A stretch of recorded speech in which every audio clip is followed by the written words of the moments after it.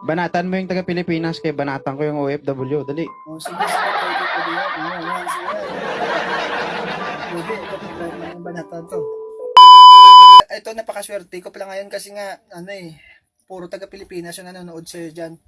Gusto ko lang ipaalam sa mga taga Pilipinas na hindi mas dali dito sa ibang bansa. Gusto ko lang ipaalam sa Pilipinas dyan na kamustahin yung mga kamag-anak nyo dito sa ibang bansa. Hindi porket sasabihin nyo na abroad mayaman na. Tapos ngayon mga ngamusta lang kayo pagsahuran na. Tapos magrereklamo kayo kung may mga jowa na may mga kabit na mga asawa nyo dito kasi nga hindi nyo binibigyan ng oras. Dapat kahit wala kayo kailangan, kamustahin nyo yung mga pamilya nyo, mga kamag-anak nyo. Yung tipong grabe yung hirap mo tapos hindi ka man lang kinakamusta. Kakamustahin ka lang kung hihingi na ng pera, kung may kailangan. Naaalala ka lang kung sahod mo na. Pero pag wala pa sahod mo, never man lang nag-hi, hello, kamusta ka? Never namin naranasan na. Kaya mo pa ba? Okay ka pa ba dyan? Akakain ka na ba? Tama nga Ngayon naman. mo na Pilipinas, kahit pa paano kamustahin yung mga kamag-anak ng OFW. Ay mga Sige. kabayan, minsan ang daming nagpapakamatay, ang daming nagjojowa ng mga ibang lahi, ng mga nagiging kabit. Kasi nga nakikita nila yung halaga nila sa iba. Banatan mo yung taga Pilipinas kay banatan ko yung OFW. Dali. O, sige, pwede yan. Ayan, sige. Pwede, ito problema ng banatan to. Yung banatan mo Hindi na. porkit OFW, mayaman kami dito. Pahalagan nyo yung perang pinaghihirapan namin. Pahalagan nyo yung perang pinaghihirapan ng mga kamag-anak nyo. Totoo yan guys, makinig kayo. Totoo Bawat yan. perang pinapadala sa inyo, hindi nyo alam kung gaano kahirap nila pinaghirapan yan. Tinanong nyo na ba yung mga kamag-anak nyo kung anong trabaho nila dito? Tinanong nyo na ba yung kamag-anak nyo kung magkano yung sahod nila dito? Tapos makahingi kayo wagas. Akala nyo dollars ang ini-income namin dito? Akala nyo mayaman kami dito? Pag hindi kayo pinahiram ng pera, magtatampo kayo. Magagalit kayo. Kamusta? Simpleng salita. Yun lang. Magpapagaan ng loob ng mga kamag-anak nyo dito sa ibang bansa. Yun lang gagawin nyo. Mag-hi, hello, kamusta ka na lang. May monthly pera ka nang bibigay ng mga kamag-anak mo tapos hindi mo pa magawa. Yun lang. Ikaw naman muna dyan. Yan no, napakaswerte ko kasi ikaw din yung nakamatch ko. So I would like to take this opportunity to approach o masabihan yung mga kababayan natin sa OFW. Kasi most of OFW na encounter ko dito sa live ko, may mga problema din, no?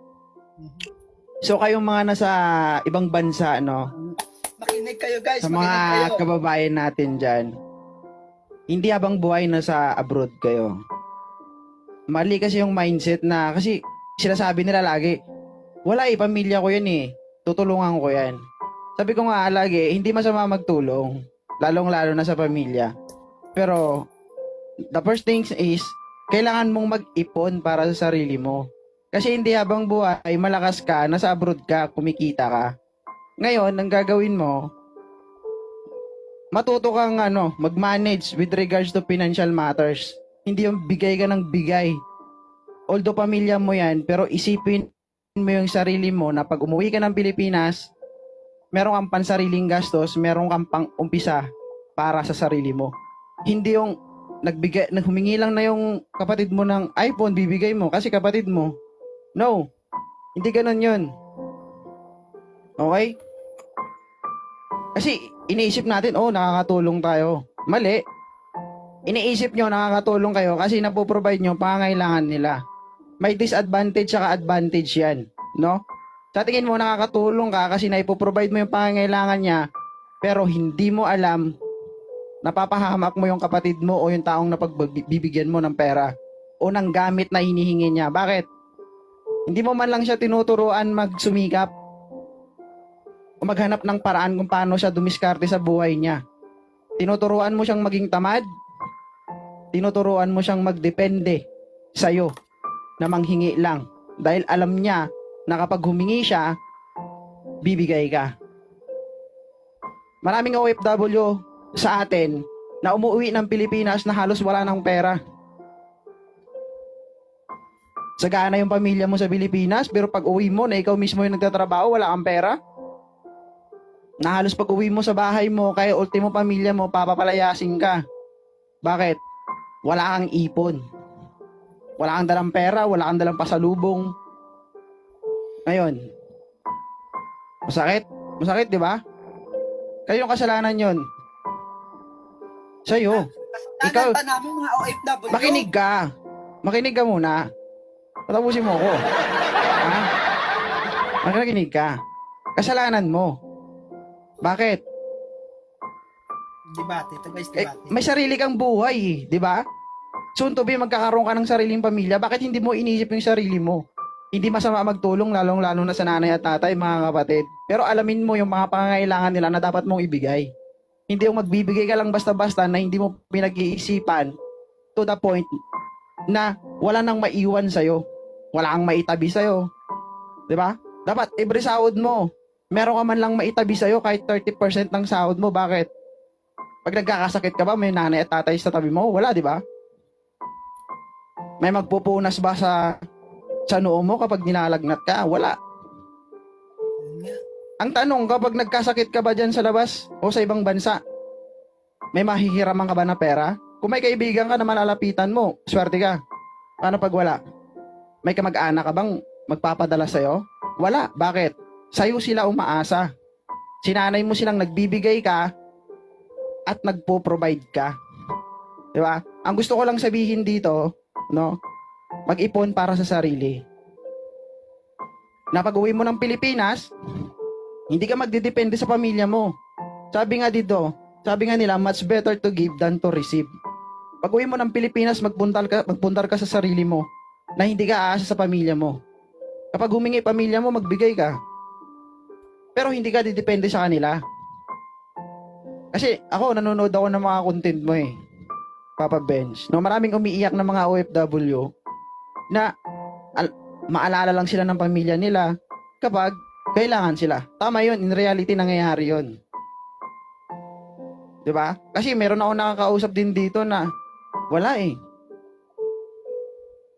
Meron pa dito pinagalitan daw ng nanay niya kasi pinost ko daw yung video na ganun. Kasi pinagsabihan ko siya ng totoo. Kasi at the age of 30 years old, 5 years sa ibang bansa, walang ipon.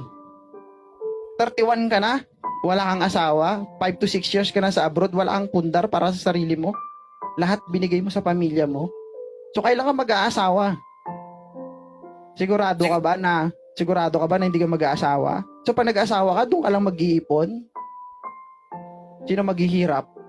Sila o ikaw? Ikaw, na mag-uumpisa pa lang sa pag-aasawa. Bakit? Kasi nung malakas ka pa, binigay mo sa iba, hindi ka man lang nag-ipon para sa sarili mo. So yun lang gusto kong i-impart no, sa mga kababayan nating OFW. Hindi ito pang judge sa inyo, kumbaga pang pagising lang ito sa atin lahat. Tayo naman na nasa Pilipinas, sabi nga ni Papa Bench, hindi pinupulot sa ibang bansa yung pera. Naranasan nila na sa isang araw, 2 beses lang kumain. Minsan, kung disiswertein sa amo, hindi pa makakain. Makapag-ipon lang. No? May maibigay lang sa inyo. Pero sana, intindihin nyo rin sila. Kamustahin nyo rin sila kung okay pa ba sila, nakakain pa ba sila, okay ba yung amo nila. Kasi yung sa ibang bansa, no? Kapag minamaltrato ang mga yan, hindi magsasalita ang mga yan. Kasi bakit? Ayaw nilang mag-alala kayo dito sa Pilipinas. Mas inuuna pa rin nila yung kapakanan nyo na pamilya nila kaysa sa kapakanan nila. Na kapag napahamak sila doon, may kakampi ba sila? Wala. Pero tinatago nila sa inyo kasi ayaw nilang mag-alala kayo. Di ba? Ikaw na OFW sa ibang bansa, swerte ka kung may pamilya kang nagpupundar. Nagbibigay ka, pinupundar yung pera pinapadala mo. Na para din sa'yo. Swerte ka kung nagbibigay ka sa mga kapatid mo na pinapaaral mo na nag-aaral ng mabuti. Sabi ko nga, di ba? Pinaaral mo silang lahat, ikaw yung hindi nakapagtapos. Sure ka ba na 100% tutulungan ka ng mga kapatid mo. Hindi. Hindi naman sa paniningil ang tawag dun eh. Ang gusto ko lang mangyari, magkaroon ka ng safety sa sarili mo. Na in case na hindi ka nila balikan, walang problema. Sabihin nila, pag nagbigay kayo, huwag ka mag-antay ng kapalit. Di ba? Ang gusto ko lang mangyari, mag-ipon ka talaga para sa sarili mo na kahit makatapos man sa kanila, makatapos man sila, okay yun. Kasi kapatid mo sila. Kumbaga, may parte ka sa buhay nila na kailangan tulungan mo sila. Di ba? Pero wag mong pabayaan yung sarili mo. Ganun yun. Swerte ka kung may kapatid ka na pag nakapagtapos ng pag-aaral, hindi ka itatalikuran, hindi ka iiwan. Di ba? Kumbaga magtatanaw bilang kapatid, hindi utang na loob. Ay, si Utol to. Pinagtapos ako nito, hindi ko pababayaan to. Kung anong kailangan niya na kaya kong i-provide na meron na ako ngayon, ako bahala dito. Swerte ka kung ganun yung kapatid mo. Pero in reality, madalang. Sa 100% siguro, masasabi natin 30% lang yung ganun eh. Na yung babalikan. 4 na taon, tapos ang ending nag-asawa na. Okay lang eh. Kahit na mag-asawa, pero yung pag meron sila, yung marunong man lang na kahit hindi ka humingi, di ba? Alam mo yun, yung mararamdaman mo na kapatid mo talaga yung turing sa'yo. Pero meron kasing tapos na, wala na. Kakalimutan ka na, wala na eh. Tapos na eh. Paano ka ngayon? Di ba? Sabi ko nga, siyam kami magkakapatid, nakapagtapos nga kami. Ilan nga kaming magkakapatid na natapos na, di ba? 3 na lang ngayon nag-aaral sa amin. Pero bakit? Nanay, tatay ko construction worker, mama ko sa bahay. So bakit kami nakapagtapos? May diskarte. Yun na sinasabi ko sa mga OFW, huwag nyong sanayin yung mga kapatid nyo na hingi lang ng hingi sa inyo. Hindi masama magdamot. Hindi sa yung hindi ka lang nagbigay, nagdadamot ka na. Hindi, part ng disiplina kasi yun. Pag tumulong ka, alamin mo muna yung tulong o yung hinihinging tulong kung karapat dapat ba siyang tulungan talaga. Hindi yung kailangan ko ng ganito, bibigay ka kaagad. No. Hindi ganun. Kasi ang pera hindi pinupulot. Pinaghihirapan yan. Maglalabas ka lang ng pera kapag kailangan na. Maniwala ka sa akin. Kapag nanghingi sila, pag alam mo namang hindi kailangan, wag mong bigyan. Maniwala ka sa akin, kaya nilang i-provide yun. Kaya nilang gawa ng paraan yun. Buhay pa yung kapatid mo, buhay pa yung pinsan mo. Ginagawa mo na silang inutil.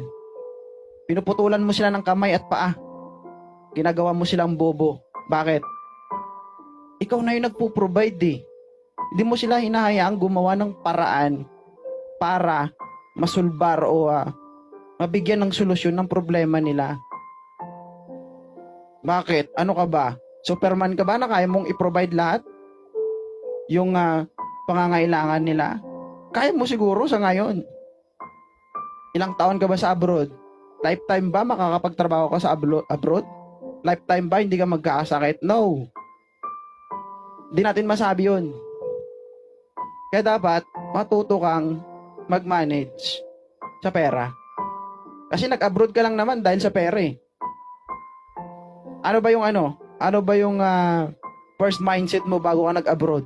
Makapag-ipon, makapag-ahon sa kahirapan. Sa sarili mo yun mindset mo, kasama pamilya mo. Pero ang ginagawa mo, pinoprovide mo lang yung pangangailangan ng pamilya mo, pero nakalimutan mo na yung pangarap mo. Nakalimutan mo na yung pangarap mo na makaahon sa hirap.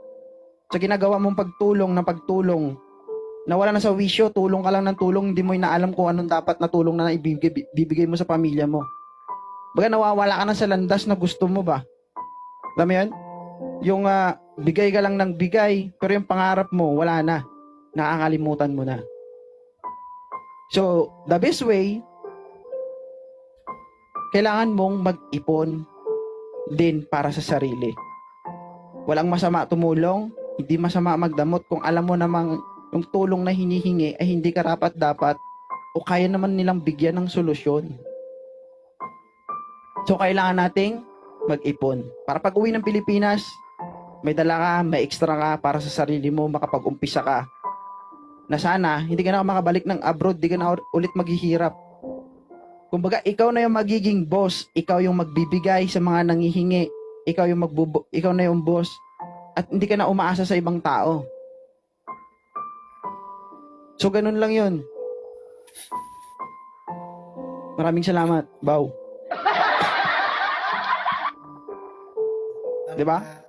Matulog mo.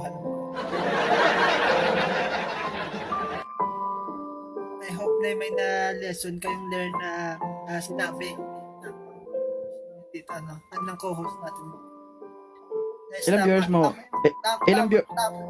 Ilang viewers mo, Papa Bench? Ano? Ilang viewers mo? Kunti lang dito ang viewers ko. Ilan? Paano ako dito? Tapos Di totoo yun, guys. Kasi minsan kasi, sabi ko nga, maswerte tayo pag may pamilya tayong may pagmamahal din sa atin ba. Pero kung makachamba ka ng pamilya na sarili lang din iniisip, wala, tagilid ka eh. In short guys, yung mga perang pinaghihirapan nyo dito, pahalagahan nyo. Diba? Bawat bibitaw ka ng pera, worth it ba to? Worth it ba to gagastasan? Yun yung dapat. So, ayun, minsan hindi natin masisi yung ibang OFW kasi nga, mahal nila pamilya nila. Lahat kaya nila ibibigay. Minsan may mga OFW na kahit anong sabi mo, wala pa din susunod. Yun yung nila eh. Ay, tanga yun. Okay lang maubos ang sahod ko, okay lang wala akong maipon, basta mabigay ko ang pangangailangan ng pamilya ko.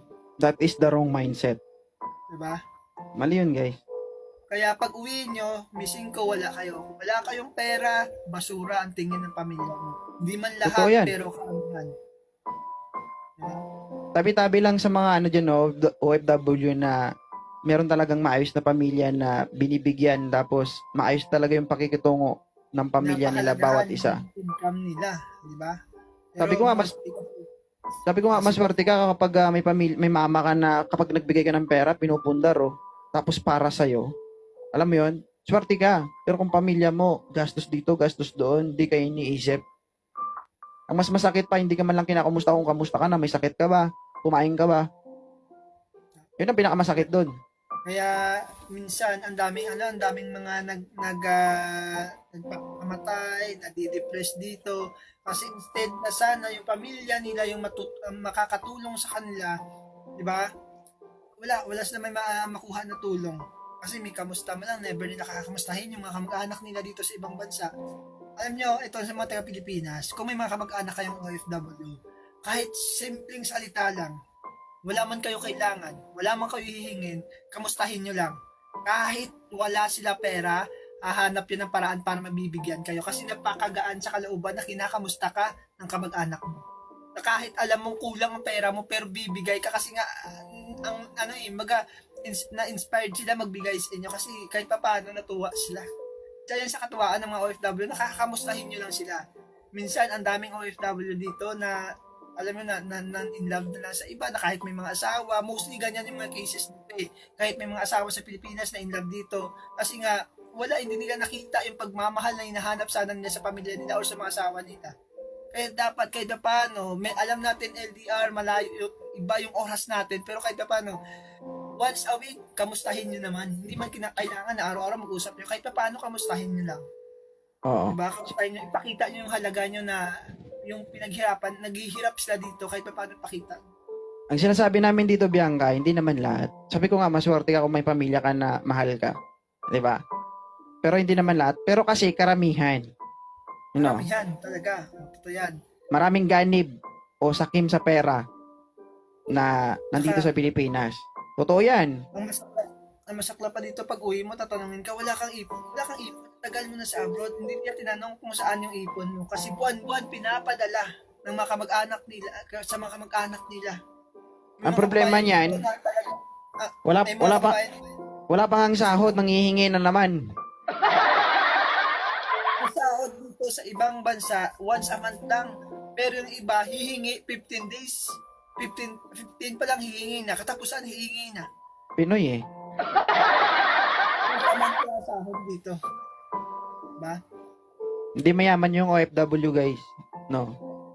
Tapos may mga taga-Pilipinas pa, pag uwi mo ng Pilipinas, wala kang ibigay pa sa lubong. Tumama ang mga loob. Diba? Sa totoo lang, alam nyo, may mga kababayan, mostly yung mga nagtatrabaho sa bahay dito, mga walang day off yan. Minsan hindi yan sila makakabili ng pasalubong. Sa totoo lang, kasi wala silang day off. Alam nyo kung OFW kayo, mararanasan nyo yan. Maaalam nyo kung anong buhay. Diba? Hindi lahat ng nasa abroad maganda ang buhay. Iba nakakaawa. Pero kinaya nila kasi para sa pamilya. Ibang mga Kulang kababayan kasi siya dito, may mga pagka-pusong mamon yung mga kababayan natin sa OFW. yun yung problema kasi sa iba nating mga kababayan dito, yung pamilyang iniisip nila, pero hindi nila iniisip yung sarili nila. Kahit paano sana, pahalagahan nyo yung sarili nyo. Oo, andun ang point na tumutulong kayo sa pamilya nyo, tulungan nyo din yung sarili nyo. Diba? Walang mali tumulong sa pamilya, sana isama mo pati sarili mo. Kasi ang pamilya mo, pinapayaman mo, pamilya mo, natulungan mo, pero ikaw, ganun pa din. For almost Kaya nga 10 years, 5 years ka nagtatrabaho, walang pagbabago sa'yo, pero sa pamilya mo, ang daming nagbago. Yun nga ang problema. Kumbaga, napa-asenso mo yung pamilya mo sa Pilipinas, pag uwi mo ng Pilipinas, wala kang dala, sila umasenso na, tapos kapag ikaw yung nanghingi, kapag nasa Pilipinas ka na, parang tatalikuran ka, pero hindi mo alam, yung ginamit nila, pera mo. Pero, parang sasabihin pa nila na, bakit? Sa'yo to? Yun ang mas pinakamasakit. Ikaw yung nagbigay ng kapital, pagdating mo sa Pilipinas, parang wala lang. May pagka-pusong mamon kasi yung mga ibang kababayan natin sa abroad. Kapag nangingi kasi ng kung ano-ano yung pamilya nyo, isipin nyo muna. Reverse psychology ba? Try nyo wag bigyan. Maniwala kayo sa akin, makakapag-provide ng mga yan. Hindi yan puto lang kamay tsaka paa. Hindi yan inutil. May sariling isip, may sariling galaw. Kayang gumawa ng paraan ng mga yan. Doon mo malalaman kung totoong mahal ka ng pamilya mo, isang beses hindi mo bigyan. Nagiging big deal sa kanila yan. Pag isang beses hindi mo napagbigyan ng hinihingi nila, doon mo malalaman ang totoong ugali ng pamilya mo. Kasi example, may mga pamilya na hindi wala akong pera ngayon dito, nauunawaan ka, pero may mga pamilya na sasabi ka na wala akong pera dito, tasama ang loob nila, aawayin ka nila. Anong gagawin mo? Wala pa kasi ng sahod. Diba?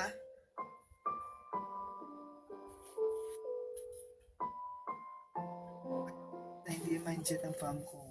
Ngayon, ang dami dito mga OFW dyan. Diba? So ngayon guys, isa lang yung gusto namin dito. Pahalagahan nyo yung bawat perang pinaghirapan nyo. Hindi masarap, hindi maayos maging isang OFW. Lalo sa mga kasambahay natin dito Mostly sa mga kasambahay natin dyan. Actually mga kasambahay dito, 24 hours nagtatrabaho yan guys.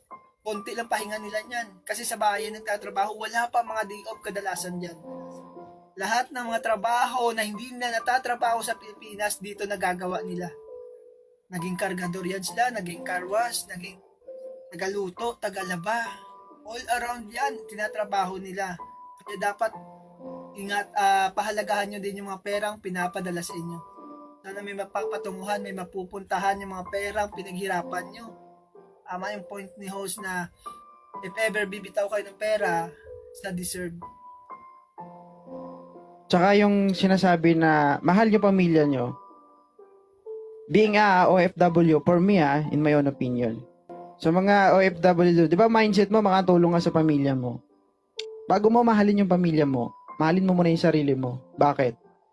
Sa tingin mo, kapag may nangyari sa yung masama dyan sa abroad, magagawa mo pa bang tumulong sa pamilya mo? Kapag hindi mo inalaga yung sarili mo, inuna mo yung pamilya mo, sa tingin mo, matutupad mo pangarap mo? Na makaahon kayo sa hirap? O maibigay mo lahat ng gusto mo para sa pamilya mo? Hindi. Bakit? Lahat kasi binibigay mo na Naisip mo ba minsan na magtabi ka man lang ng konti para sa sarili mo na pag nagkasakit ka, may gagastusin ka? Diba? Kapag naligaw ka, may pamasahe ka. Naisip mo ba yun?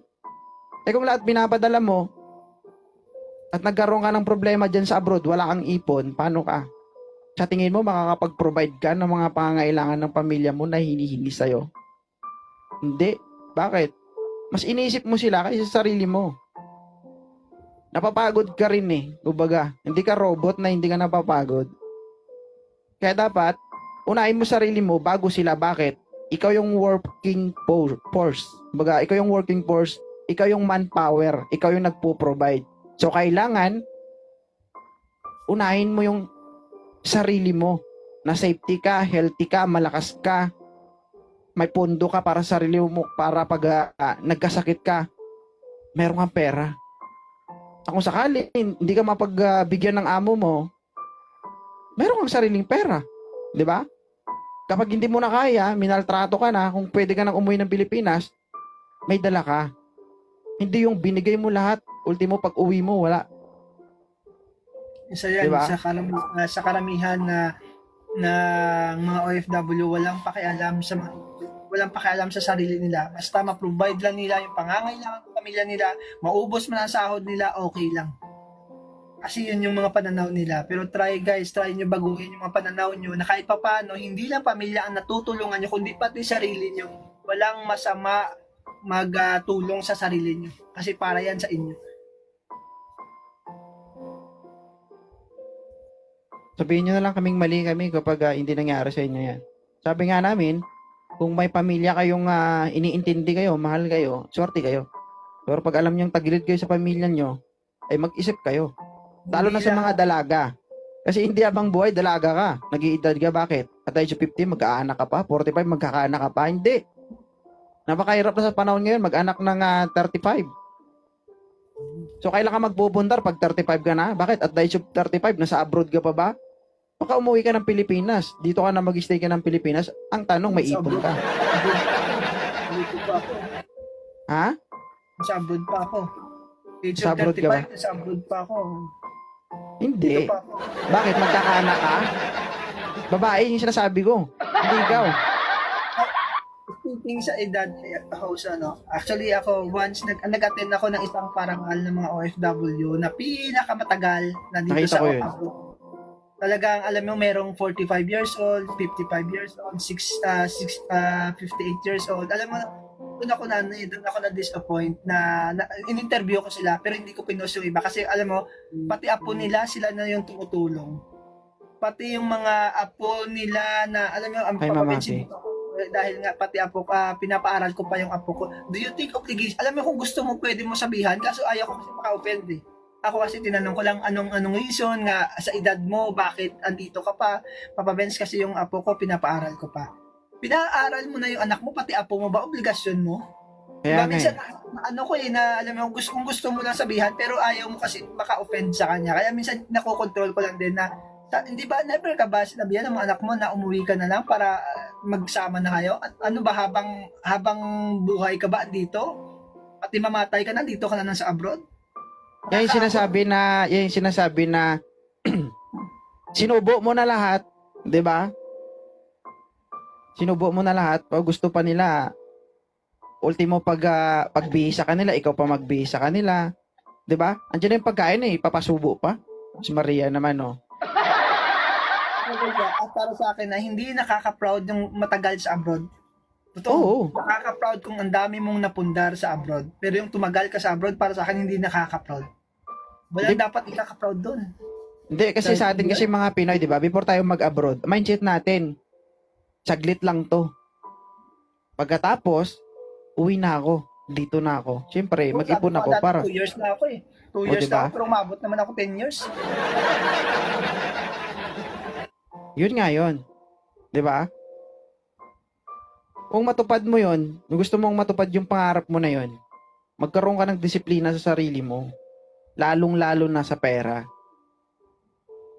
Lalo sa mga OFW natin dyan. Sabi ko nga sa mga dalaga dyan, 35 years old, napakahirap na mag-anak ngayon. Kung ikaw ay single at nag-iedad ka na ng 28, 29, mag-isip ka. Kung wala ka pang ipon, mag-isip ka na umpisa ngayon. Lalo kung wala ka pang asawa, wala ka pang anak. Mahirap magkaanak, 32, mahirap na nga 32, nahirap pa, inalapan niya kami ni partner ko, 32, nahirapan niya, 35 pa kayo. Lahat na posisyon na nagawa na namin, host. Di Yung po ba problema ngayon sa'yo tayo- kasi binabagbagan mo. Kalmahan mo kasi. lahat na payo ginawa namin, posisyon, binitay mo na. Pero ngayon, actually, ang advice ng doktor is pahinga. Ngayon, nagpahinga sa ngayon 2 months. Sabi ko, pahinga mo muna yung gitik mo para pagbalik mo, okay na. So, ayun, pabalik na. Sabi namin, ano naman nagawa naman namin ang lahat. So, if ever ibibigay naman talaga yan. Hindi kasi ano yan. Natry ko na yan eh. Hindi kailangan araw-araw yan o every minute. Nagawa naman namin yan. Nagawa na namin lahat ng payo. Professional. Kalma lang ba? Mga nagpayo sa amin. Lahat naman in-advise ginawa namin. Doktor din ako dito eh. Pa-check kayo both. Nagawa na nga yan. Nagawa na daw Miss Wine. Lahat ginawa, pinatuwad, lahat na posisyon, lahat na. Actually, naka-consult namin sa mga professional doctor din dito, international na mga doktor din dito. Pero yun nga, sabi is talagang pahinga lang muna. So, ayun, nagpahinga siya for almost 2 months. Pabalik na din naman. Ang tanong, siya nagpahinga ng 2 months, baka ikaw naman hindi nagpapahinga. Nako-control naman. Minsan ang daming tentasyon dito, tama na kasi prepare ko ito pagbalik. Ganun lang. Ganun lang. Hindi na ano kasi kung wala kasing problema yung babae, nasa atin yung problema eh. Dapat kasi sa atin naiipon kasi yun eh. Both side naman okay naman, pero ayun lang, kailangan na kasi pahinga kasi nga sa biyahe niya, sa trabaho. Yung banat mo kasi tingi-tingi eh. Baka tingi-tingi kasi. Meron yung nagsabi doon na papabench dapat kasi daw babae yung mag-drive. Sige, drive ko naman. Dapat daw doon kayo sa ganitong oras o sinunod naman naman yung oras. Wala pa din. Sa papabench ganito daw dapat ang posisyon, sinunod naman namin, wala, 'di ba? Pati nagpa hilot na lahat, 'di ba? Wala. Pero sabi namin hindi naman siguro everything happen in mga reason. Hindi pa siguro para sa atin ngayon. Darating din naman yan. Mag-tap kayo ng screen, guys. Wala, dito si Indigen, yung followers mo dito sa akin si Indigen. yung isang followers din ba? Baka kasi siguro yung buga mo hindi suka, dura eh.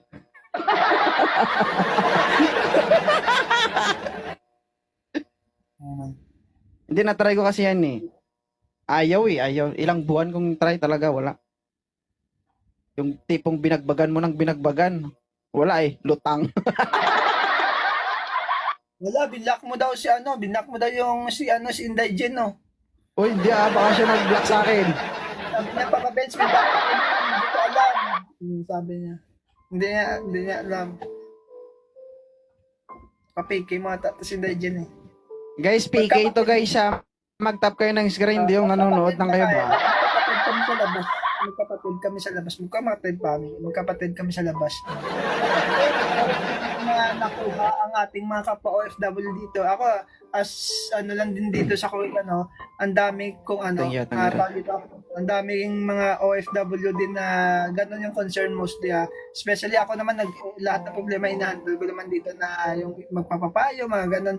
So yun yung nakita ko kasi dito eh. Yung mga mostly kulang sa komunikasyon sa pamilya nila. Kaya ang daming mga kapamilya, mga OFW na depressed lagi dito. Daming mga OFW na iba nag-i-entertain na lang ng iba kasi nga wala din kinakamusta ng mga kamag-anak. So ayan, isa sa pinaka the best way, if ever may mga kamag-anak kayong OFW, kamustahin nyo naman. Kahit wala kayong kailangan, kamustahin nyo naman. Totoo yan. Kasi yun lang yung kasiyahan nila dito. Yun lang. Buboring din yan sila eh. Magkapatid po kami. Saka sa mga sa mga OFW na nasa ibang bansa ngayon, no? Hindi lang naman kayo nag-iisa eh. Kung hindi ka lang naman na nag-iisang anak ng nanay at tatay mo, hindi ka dapat mag-worry ng sobra-sobra. Diba? Halimbawa, kung pangatlo kang anak, may panganay, may pangalawa pa, bakit ikaw ang kailangang may stress? Diba? Hindi lang naman ikaw may obligasyon eh. Una sa lahat, may panganay pa. Diba? Bigyan mo rin ng bigyan mo rin ng authority yung panganay na gampanan yung pagiging panganay niya. Hindi yung ikaw ang pangatlo, ikaw ang mag-shoulder lahat ng gulo, pinansyal. No, hindi dapat ganoon. May iba kasi mga kapatid na sasabihin na ikaw yung abroad, ikaw yung may trabaho, kaya ikaw na magtulong sa pamilya namin. Ay, tanga siya. Kasi ikaw yung abroad, oh, 'di ba? Ikaw na may obligasyon dito magtulong sa pamilya kasi kami dito lang kami nagtatrabaho. Ay, ang mindset kasi mostly ng mga Pilipino na sa Pilipinas, pag abroad kasi madaming pera. Ikaw host, ano yung unang impression mo sa mga taga OFW, mga taga abroad? Ano masasabi mo na? 'Di ba ganun din? Ay, ang mayaman 'yan. Ay, madaming pera 'yan. Hindi rin. Uy, Isokal. hindi, wag ka na mag-plastic na. Gusto mo. Yung una, wala ka pa kilalang OFW. Kasi ako ganun eh. Yung una Hindi. ko, "Uy, Kasi OFW ka." hindi pa kasi ako police. May nag-o-offer sa akin OFW, tinanggihan ko. Kasi barbero ako dati. So ino-offer sa akin 35,000 monthly. OFW. Sabi niya magbabarbero lang daw sa ibang bansa. Sabi ko, ang 35,000 kaya kong kitain sa Pilipinas eh. Kasama ko pa pamilya ko. Sabi ko, ay mag-OFW ka, ganun lang ang kita. Sabi ko nga, mas maganda sana yun eh, yung malayo ka sa pamilya mo. Para sa akin, advantage yun. Kung magaling ka, humawak ng pera. Ngayon, kung hindi ka magaling humawak ng pera, disadvantage sa'yo yun. 'Di ba? Kasi pag nasa tabi ka ng pamilya mo, gastos ka ng gastos eh, 'di ba? Yun, bigay ka ng bigay. Sa'yo dapat advantage mo yun kasi malayo ka eh. 'Di ba? Dapat makapag-ipon ka ng sobra-sobra. Sabi dito, yung iba, 25,000 nga lang daw. Oh.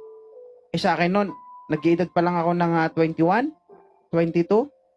May nag-offer sa akin. Kasi matagal na kasi akong barbero at the age of 13 years old, barbero na ako. Hanggang sa nakagraduate, nakapagtapos ako. So may kumukuha sa akin na mag-a-abroad. Tinanggihan ko. 35,000. Sabi ko, hindi, ayoko.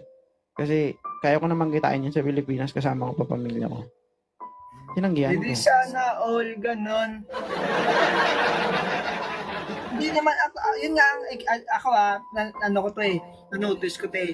Ang daming mga taga Pilipinas pag ano nila yung isang tao abroad, akala nila madaming pera agad. Walang pakialam yun.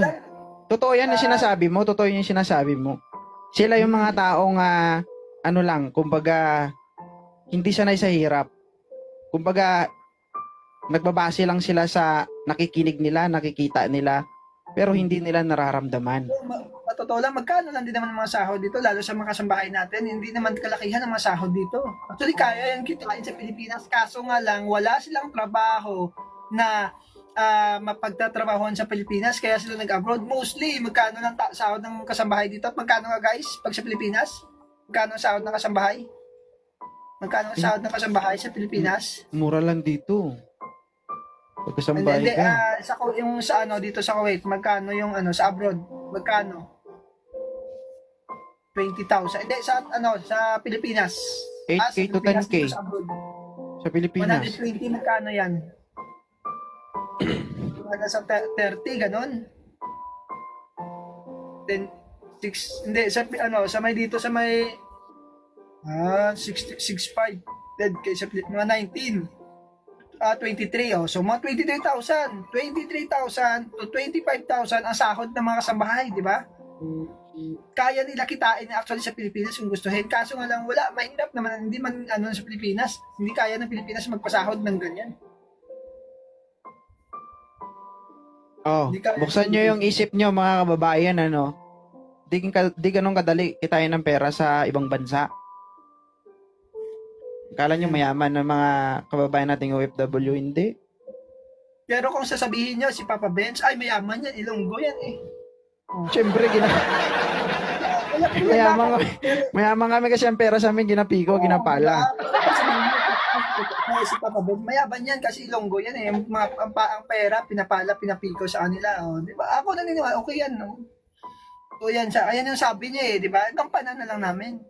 Minsan sabihin pa nga nila yung mga Ilonggo, mga Tikalon, ginagampanan na lang namin, ngayon gagampanan namin, magagalit kayo.